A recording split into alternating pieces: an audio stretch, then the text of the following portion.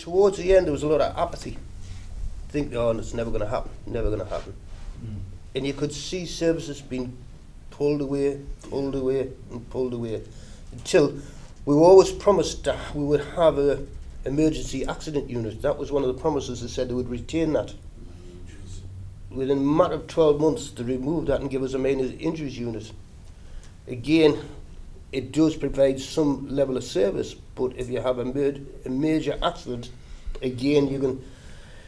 The hospital, well, I'll go on and on about this because I'm very, very bitter about losing the hospital and the ambulance service and the problems you have where sometimes people keep coming back that they're having to wait 40 minutes in an emergency for an ambulance to come because it's doing something else.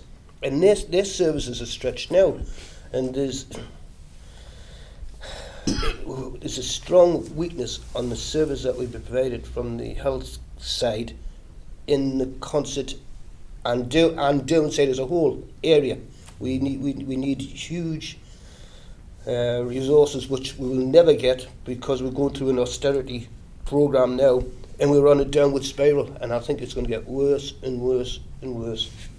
We're still the seventh wealthiest country in the world, by the way. Just before you get too much in that austerity crap. Said all that, you're finding that people are moving into the area still because, you know, people find it attractive and want. Is housing cheaper, or is it because Relatively. Yeah. That's the crazy thing about it. There's more and more houses, and they've been shutting the hospital down, running it down, and at the same time, the number of houses is going up. They've crossed over like that. But a lot of it's engineered, you know, the hospital, I mean, we've seen things, haven't we, John, at these meetings, whereby they'll say, you know, people say, I tried to get a appointment at Shotley, and they said the appointments at Shotley are full, so you have to go to University Hospital Durham. What we found out, of course, we're only offering a third of the appointments at Shotley. I've just been recently, I've gone to an appointment on Wednesday, right? I asked my doctor, he says, you know, this choice thing, you know, you get, you know, and he said, where do you like to go? I says, Shotley will do me fine, you know, it's day surgery. I'm quite happy to go over day surgery at Shotley, you know. And he said, I'll just have to see if it's up here, you know, because the government don't like us putting it on. He said, I said, really? Doctor Blaine, really? Is that, you know, I mean, I'm always cynically, I always believe that, like, but when I hear it from other people, it's nice to have it confirmed. So the government are telling them to keep, you know, certain sites off there, you know, so you're not getting like free and open access to it, you know. It's very much engineered and controlled about where you're allowed to go and whatnot. I think we've been very lucky, do you not think, like in concert having Shotley Bridge Hospital most of my life up to recent years.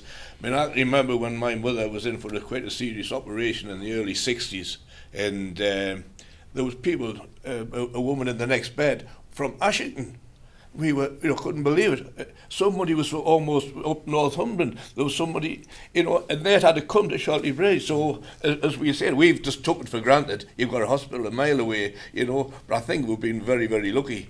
Now, and I do think 10 mile isn't a huge distance to go to the Durham Hospital myself, like, you know.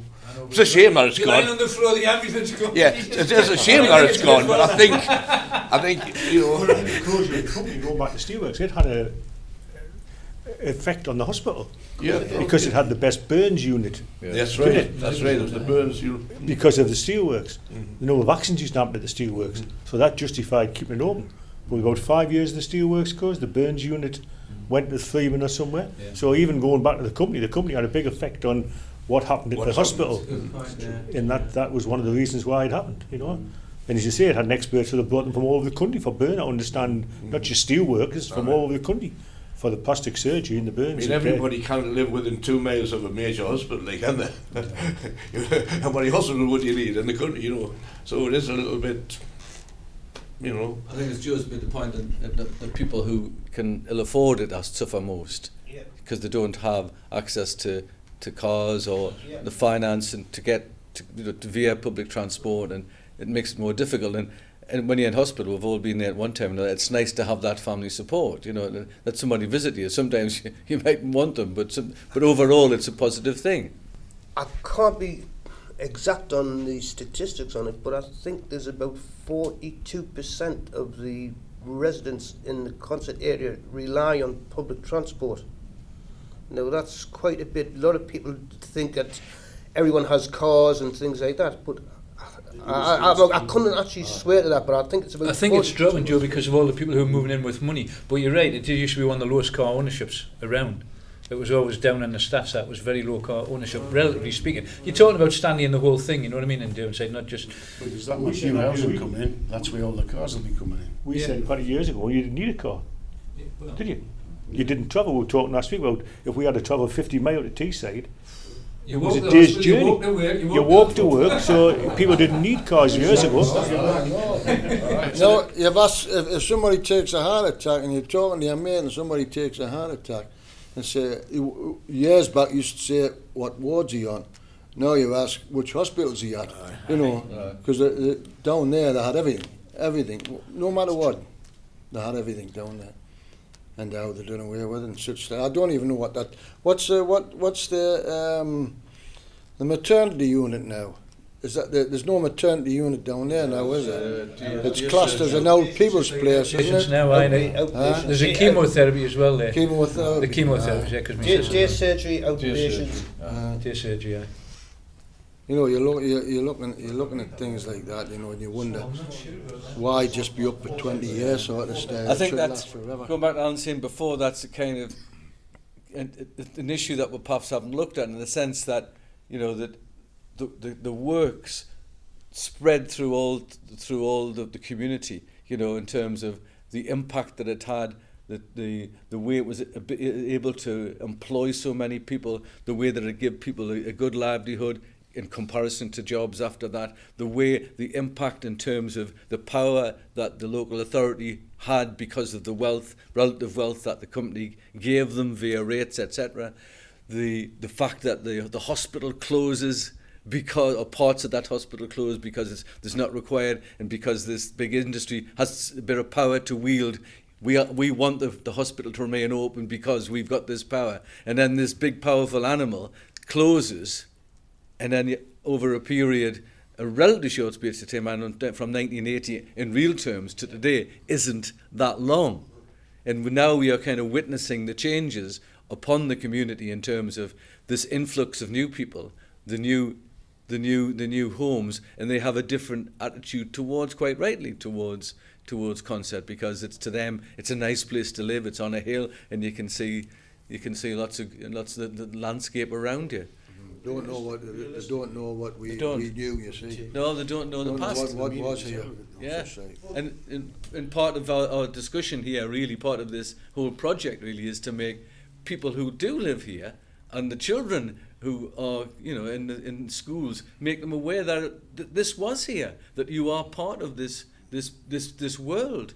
You know, Gary was here last week and talking about how, you know, living down south, and it was a different, you know, you are from Consett and you're all proud of being from Consett, you know, that, and you're glad that you come here and you're glad that you live here. It's not everything you want it to be, but overall you're happy to be here, and the reason you're happy to be here because of those memories. I mean, I was teaching 22 years English in the college, right? And about the first 10 or 12 years, I used to always be on the kids about, you know, the company and the company, mention the company. And after that, like, they were just like, bugger off, man, you know, they didn't want to know, quite honestly. You know, they would have had grandparents and all that. They weren't interested, honest. Different generation. You know, it was a just different generation. But I think I said the same thing last week. At that age, you are not that interested in the past.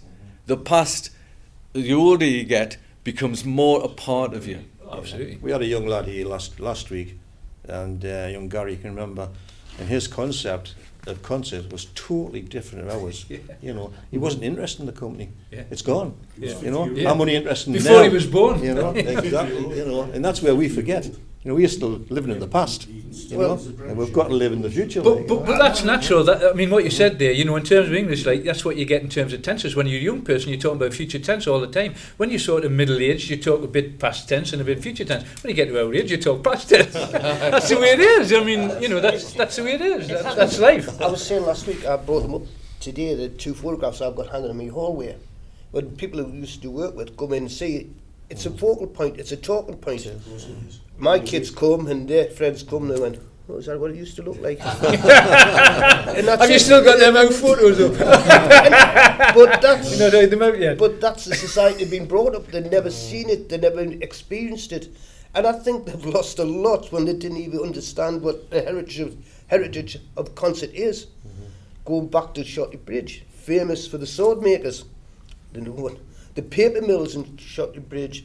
They don't want to know about it. And it's not nostalgia, it's heritage. Yeah. I would say, but you can go back, forget concert like so. You just go back to the education system. They don't get taught history of the country. They don't get taught the geography of the country, and that's what this is all about. So that if they can't relate to what's happened in the past to the country, I don't see where they're going to be interested in what's happening around here. I mean, what's the first date you learn at school? 1066. Say that to a kid today, you'd think you're talking about your watch is wrong or something stupid like that. That's a cheap round. It's just. But I'm just saying, our kids aren't taught to think or relate to anything like that. It's a different They're culture. just I used to not. mention Homer. I was actually talking about the author of the Iliad and the Odyssey, but they thought I was talking about Simpson, you know. The only Socrates I knew was a Brazilian soccer player, you know. Leonardo was one of the Ninja Turtles, you know what I mean? I was making cultural references that were irrelevant to them. But like on a more serious point, like I think the company and all that was a repository of like sort of working class culture. You run about all the darts teams, the football teams, the cricket, people got together. And obviously like it's very atomised now, you know. There's a whole lot of anime out there, you know, people are living isolated little lives. These people come and they commute. You hardly see your neighbours and all that. You know, them communities have gone from the mining and the steelworks, and so it's a completely different ballgame. And working class, I mean, is there any work left? But what, 2.6 million on the door currently? So, you know, working class culture, you might argue, has gone all for a Burton altogether, I would think. But you mentioned working class, it was everybody, wasn't it? It was Yeah. from the top. I mean, you know, we talked about Derek Mate being member of the League Show. Yeah. You know, now, as you say, you have these people who commute, the solicitors and all that. But when you're at the company, whether you're a boss or you're an operative, you played in the same football team, you probably meet them in a pub. Yeah. Whereas now it's a class structure where the company...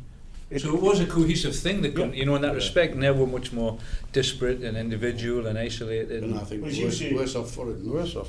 Yeah, I would agree. I mean, I like the idea of You community. said when you was 14 in your class, when you went to technical college, everybody went to technical college, worked at British Steel, or you know, there was probably a few from the hospital, a few typists, Yeah, ransom but Mars, mainly. but the whole technical college was part of the company. It was almost, well, it was being subsidised by the company, built by the company. And you even in your education, you met people, didn't you? Not socially, you still went with them. It's Constant Technical Institute, by the way. Is it? You know, a big brick above the door. Mm. I had an argument with a lad in the pub about that. Says it's institute, not I a know. college. Oh. It's called Constant Technical Institute. They were all institutes then, weren't they? Reading rooms. With a snooker table in. But if it had been coloured telly when we were youngsters, we would have been... George Cullatelli came out in 67, mate. How old are you? But when we went to the shoot, it was Joe Davis on black and white. The pink's behind the brown. No. There wouldn't have been as many shoots closed down if it had been coloured television, because everybody could make big money playing snooker now.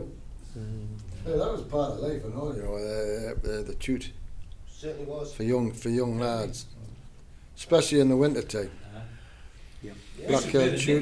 Black Hill Toot, the Shotley Toot. I mean, there used to be one at Medhamsley upstairs. Steel Club. Steel Club. The reading rooms. Shotley Bridge reading rooms down.